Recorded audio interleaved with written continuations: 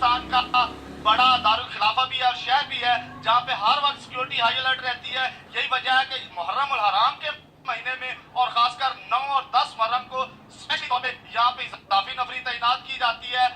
تاکہ خدا نہ خواستہ کسی بھی قسم کا ناخوشگوار واقعہ ہو تو اسے نپٹا جا سکے. تو اسلام آباد ٹریفک پولیس کی بات بھی ساتھ ساتھ کی جائے تو بہتر ہے کیونکہ انہوں نے بھی انتظامات کر کے ہیں. ان کے افسران بھی اس وقت تمام روڈز پہ موجود ہیں اور جلوس کے جو راستے ہیں ان کو کلیئر کروایا گیا, راستے خالی کروائے گئے ہیں, وہ بھی اپنی ڈیوٹی انجام دے رہے ہیں. اور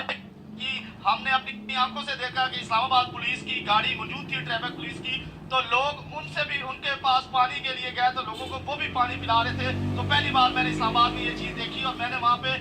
دوستوں سے بھی بات شیئر کی کہ مجھے بہت اچھا لگ رہا ہے کہ اسلام آباد ٹریفک پولیس کے لوگ بھی جو ہے وہ پانی پلانے میں اپنا کردار ادا کر رہے ہیں. تو یہی وجہ ہے اسلام آباد کی پولیس, ٹریفک پولیس اور اساس ادارے ہر وقت متحرک ہیں اور اپنی ڈیوٹیاں سر انجام دے رہے ہیں. اور اسلام آباد میں اس وقت جلوس جو ہے وہ Jesus2 کے چوک میں موجود ہے اور یہاں سے میلوڈی چوک جائے گا اور رات 8 بجے جا کے یہ اختتام پذیر ہوگا اور تمام لوگ اپنے اپنی ورکنگ پہ موجود ہیں اور اپنی شہادتیں پیش کی اللہ اور اللہ کے رسول کی خاطر. تو اسلام کی بہتری اور اسلام کی بقا کے لیے حضرت امام صلی اللہ علیہ وسلم نے اس طرح قربانی کی, جس طرح انہوں نے اور ان کے اہل و عیال نے